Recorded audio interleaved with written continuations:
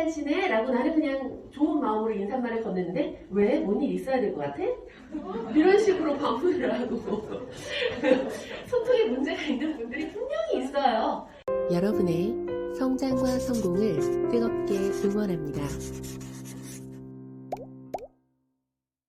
내가 다른 사람들에게 도움을 주고 나의 이런 에너지가 다른 사람들에게 좋은 영향력이 된다면 기꺼이 내가 할 거야 라는 선한 마음으로 시작하셨을 거예요. 그런데 이 일을 하시다 보면 이런 마음이 드는 거예요. 아씨 괜히 했나? 이런 생각 드실 때 있죠. 종종. 이 사람들 나를 지금 뭐로 알지? 이런 생각 드시는 이유는 사람들이요 친절을 권리로 생각해서 그래요. 우리가 친절을 베풀고 뭐 도와드릴까요? 라고 하면서 다가가면 고맙다라고 느껴야 되잖아요. 그런데 당연하다라고 여겨요. 그러니까 이 당연하다고 여기는 순간 에이씨 안 해. 이렇게 되는 경우도 있고 다른 사람이 어떻게 하느냐는 별로 중요하지 않고 내가 잘한 거야를 훨씬 더 집중하시면서 상처를 받지 않는 경우들이 있더라고요. 우리 싸울 줄 몰라서 안 싸웁니까? 우리도 무시할 줄 알고요. 우리도 다 할 줄 아는데 안 하는 거잖아요. 그죠?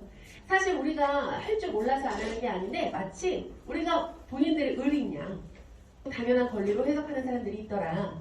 그런데요. 이상한 사람은 사실 내가 이 일을 선택했기 때문에 만나는 게 아니고요. 우리 생활에 참 많을 거예요. 우리 집 그 인간도 이상한 경우가 많은데 어떻게 남들이 이상하지 않을 수 있겠어요. 우리가 생활을 살아가다 보면 그냥 내 주변 사람들 봐도 말이 잘 통하는 사람들이 있는 반면 무슨 얘기만 해도 기분이 언짢아지는 사람들 있죠. 뭐 예를 들면 요즘 잘 지내? 라고 나는 그냥 좋은 마음으로 인사말을 건넸는데 왜? 뭔 일 있어야 될 것 같아? 이런 식으로 반문을 하고 소통에 문제가 있는 분들이 분명히 있어요. 이제 그런 사람들을 이제 만났을 때 허겁 오는 거예요. 그죠? 만약에 이 사람이 나에게 반응을 그렇게 적대적으로 했다라고 해서 나도 같이 적대적으로 하자면 똑같은 인간 되는 거예요. 똑같은 인간 됐을 때 속은 시원할지 모르겠지만 그 남는 뒤에 찜찜함 나도 이상한 사람이 된 것 같은 그 기분을 떨쳐내기가 어려울 거예요. 특히나 나는 좋은 마음으로 하기 시작했는데 오히려 내가 억울하게 사과해야 되는 경우도 있을 거예요. 그런 경우를 만들지 않기 위해서는요. 절대적으로 이상한 사람에게 흔들리지 않는 마인드가 필요한 것 같더라고요. 우리에게 욕하거나 우리에게 반말하거나 우리에게 막대하는 사람은 이상하고 잘못된 거 맞죠? 하지만 그 사람들이 잘못했기 때문에 나도 잘못해도 돼. 이것은 과연 좋은 대응일까? 라고 봤을 때 자기 합리화라는 거예요. 저 사람이 이상한 사람이니까 나도 이상한 사람이어도 되는 건강하지 못한 사람들의 자기 합리화일 뿐이다. 진짜 정신이 건강한 사람들은요. 저 사람이 이상한 사람이니까 나는 건강함을 유지해야 돼. 더 정신 차려야지. 저 사람한테 휩쓸리지 않을 거야. 서비스직을 하다 보니까요. 자존심 상하는 일들이 너무 많았어요. 내가 여기서 지금 이렇게 돕는 입장에 있기 때문에 도와주긴 도와줘야 될 것 같아요. 그런데 그 상황이 너무 싫죠. 이게 바로 자존심 상하는 상황인 거예요. 내가 지금 더 잘하고 있는 거야. 나 잘했어. 지금 이게 맞는 거지. 라고 하면서 내 정당한 행위에 대한 칭찬과 격려와 존중을 내 스스로에게 할 줄 아는 것. 이것이 진짜 건강한 사람들의 특징이에요. 왜? 그런 모습을 본 제3자가 있다면 누가 이상하게 보일 거예요? 당연히 상대방이 온전히 이상한 사람이 되는 거예요. 그런데 이렇게 일을 하다 보면요. 자존심을 끝까지 부리는 사람들이 있어요. 내가 그 자존심 상한 거를 어떻게 해서든지 보여주고 싶은 거예요. 치우긴 치울 건데 자존심은 지키면서 치운다고 이렇게.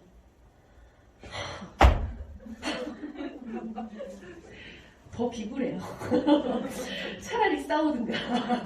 그렇잖아요. 자존심은 지키면서 내가 하는 행위가요. 나도 같은 이상한 사람을 만들게 되죠.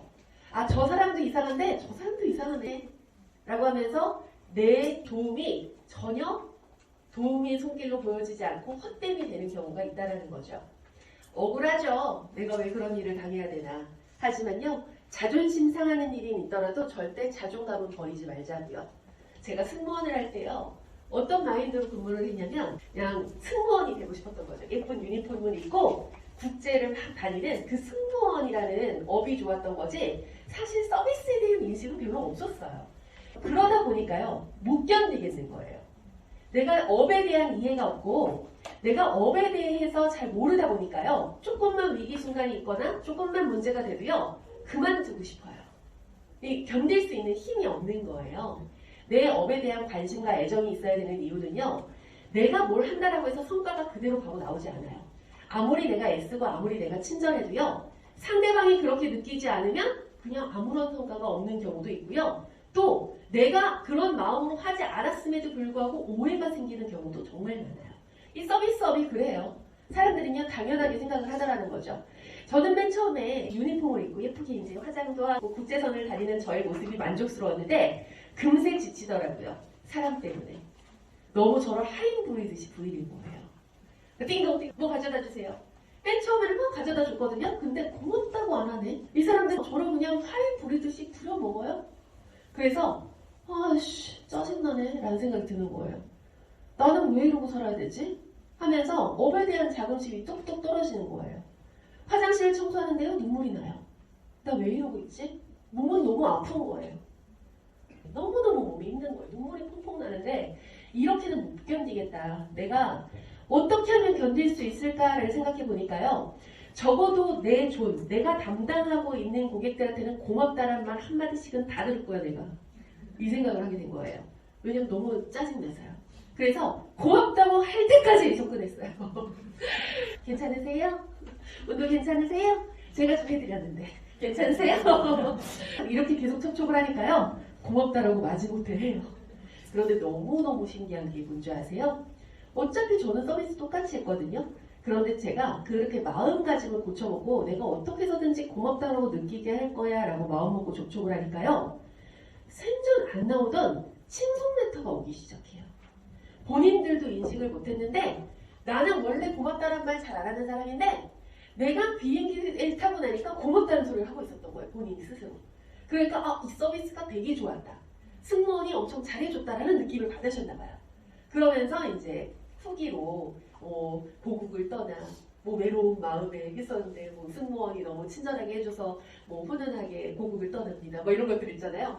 칭송 레터들 보면요. 다 각자의 사연이 있어요. 그래서 그런 것들 보고 사람들은 고맙다라고 느끼게 해줘야 되는 거구나. 내가 노력하고 아무리 애를 써도 이 사람들에게 어필되지 않으면 고맙다라고 못 느끼는구나. 당연하다라고 여기는구나 라고 생각을 하기 시작하면서 이제 그때부터 사람들이 고맙다라고 느끼는 순간들 있잖아요. 그런 것들을 연구하기 시작합니다. 사람들이 공통적인 특징이 있어요. 2가 있고요. 1+1이 있습니다. 1+1은 뭐예요? 똑같은 2예요. 2가 있고 1+1이 있으면 뭘 더 좋아할까요? 잘 아시네요. 그거를 응대 기법으로 제가 바꿔본 거예요. 예를 들면 이런 거예요. 저희 맥주를 시키면 땅콩 하나를 나가는 게 매뉴얼이에요. 근데 승무원들은 땅콩 하나만 주지 않고요. 3-4개를 줍니다. 왠지 아세요? 땅콩 하나 갖고는 턱없이 부족해서 또 시키면 귀찮잖아요. 그러니까 애당초에 3-4개를 줘버리는 거예요. 그럼 내 몸이 편하거든요. 근데 저도 똑같이 3-4개를 줄 거예요. 그런데 과정을 다르게 설계를 한 거예요.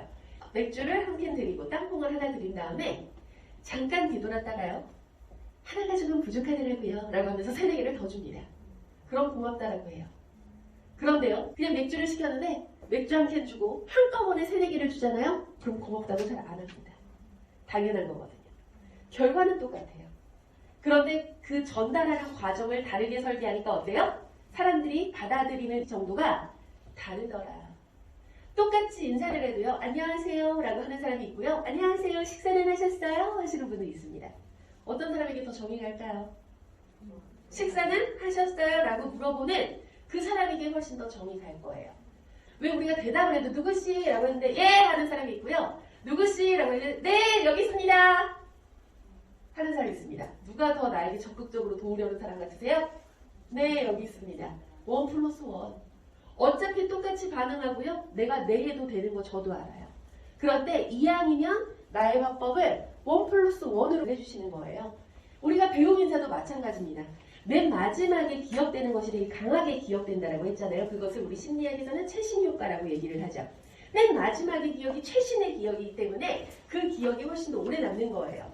그러면 맞이 인사도 중요하지만 배움 인사도 매우 중요하다는 거죠. 그럼 이왕이면 배움 인사 때 훨씬 더 각인될 수 있는 인사말을 하시는 거, 덕담이라든지 긍정적인 기억을 남길 수 있는 좋은 메시지를 인사말과 함께 더불어서 해주시는 거예요. 예를 들면 오늘같이 비가 부슬부슬 내릴 것 같은 날 오늘 밖에 빗길 조심하세요. 이런 얘기를 한다든지 요즘 날씨가 많이 쌀쌀해졌는데 건강 조심하세요. 이런 얘기를 한다든지.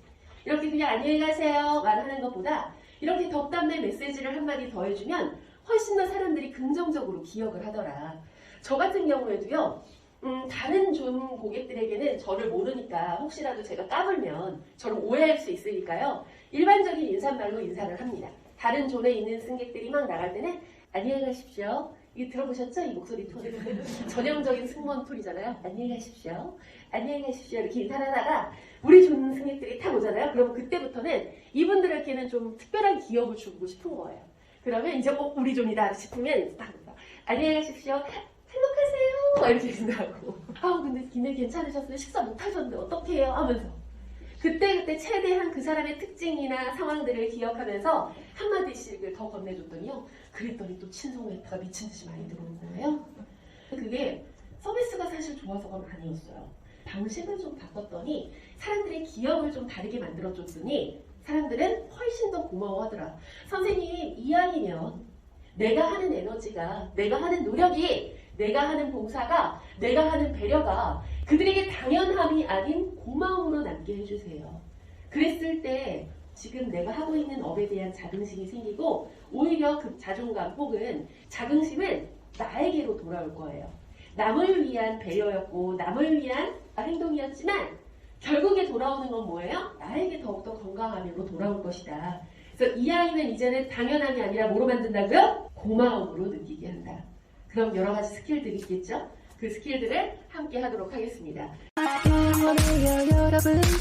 성장과 성공을 함께하는 박강사가 있어요. 안녕.